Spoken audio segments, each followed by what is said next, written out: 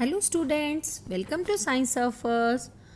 Today we are going to start our chapter Gravitation Part 1. In this part we are going to study our universal gravitation law.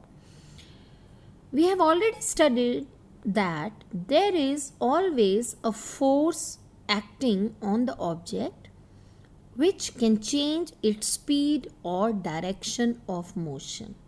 We have done in previous chapter that some unbalanced force is responsible for change in the speed and direction of motion, right? And why it is so that we always fall towards the earth. So Sir Isaac Newton was the first person who realized this idea and who explained that there is always some force acting on us which guides our direction of falling. कोई ऐसा force है जो हमें अर्थ की तरफ ही fall करवा रहा है और उस फोर्स का नाम है फोर्स ऑफ ग्रेविटेशन और we simply call it as gravitation force. It is said that once Isaac Newton was sitting under a tree and an apple fell on him.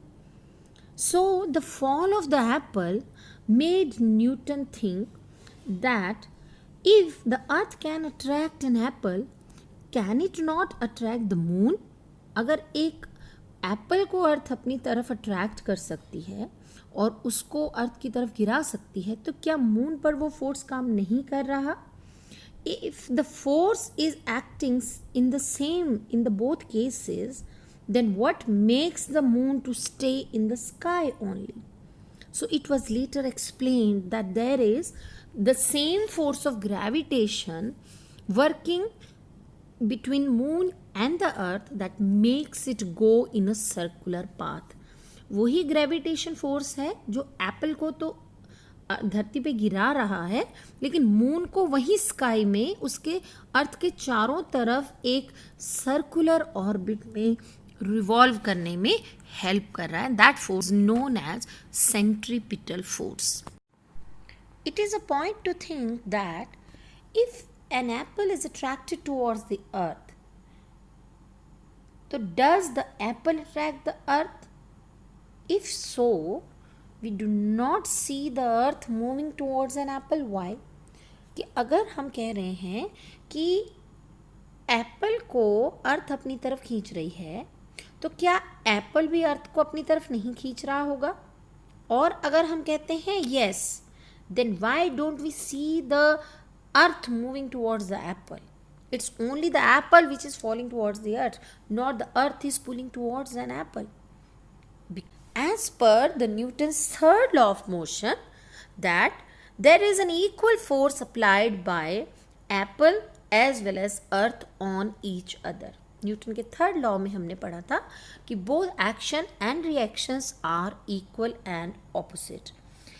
Third law कहता है कि दोनों object equal and opposite force से एक दूसरे को attract कर रही हैं, राइट. देन सेकंड लॉ यहाँ पर कहता है कि जो फोर्स उनके बीच में काम कर रहा है दोनों के बीच में, that is equal to product of mass and acceleration. तो अगर हम यहाँ पर सेकंड लॉ अप्लाई करते हैं तो हम क्या देखेंगे कि which one will accelerate more, because the second law के accordingly acceleration is equal to force divided by mass. Acceleration is inversely proportional to the mass of the object. What does it mean? दोनों case में force equal opposite हो सकते हैं but the acceleration will be only more in the case where the mass is very less.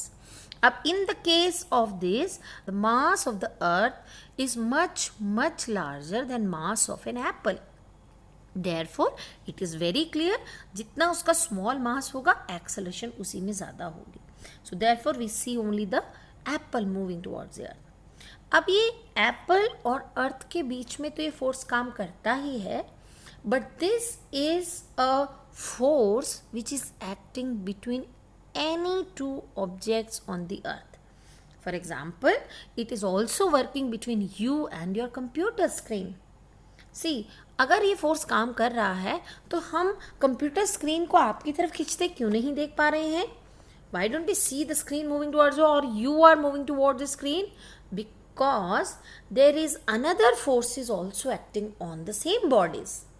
There may be the force of friction, or there may be another force of traction by the huge body that is there, Earth. और अर्थ का मास इतना ज़्यादा है, makes that force negligible between you and your computer screen. Therefore, you both are pulled towards the earth only. Now, let us derive the mathematical expression for this universal law of gravitation. Let us suppose we have got two objects A and B. Both are separated by a distance d. According to universal law of gravitation, every object in the universe attract other object with a force which is directly proportional to the product of their masses and inversely proportional to the square of the distance between them.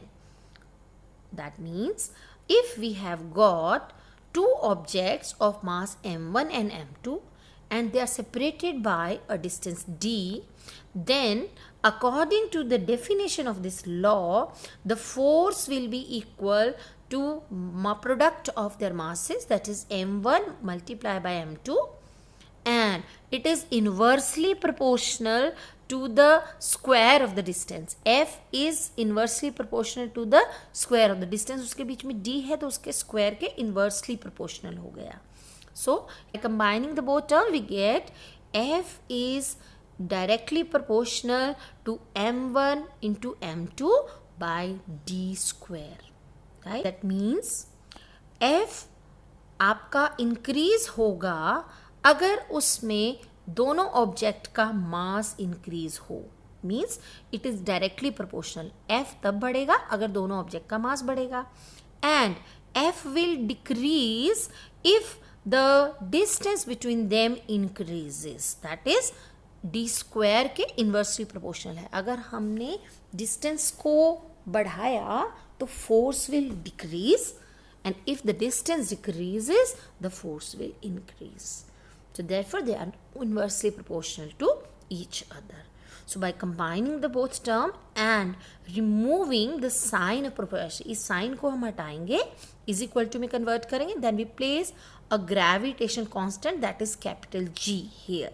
So equation will become F is equal to G m1 into m2 by d square.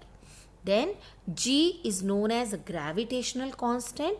Its value also remain constant, that is equal to 6.673 into 10 to the power minus 11 Newton meter square per kg square. So this is a gravitation constant which always remains equal. The importance of the law of gravitation, we see the planets are moving around the sun in their orbit only because of this force of traction by the sun. We see the moon is moving around the earth in a circular orbit just because of this force of gravitation of the earth. We see the rise and fall of the sea water that we call tides are caused because of this gravitation pull of the moon.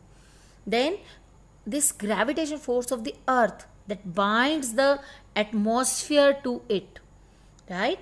Whatever the object we find, it is on the earth because of this gravitational force. So let us summarize that universal law of gravitation is given by F is equal to G m1 m2 by r square.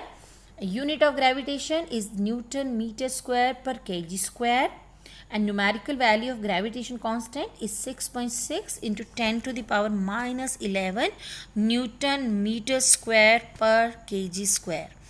When there are objects of larger masses, then gravitation force of attraction between them is very large, or gravitation force exists between every object on this earth, but they cannot attract each other due to very small force of attraction.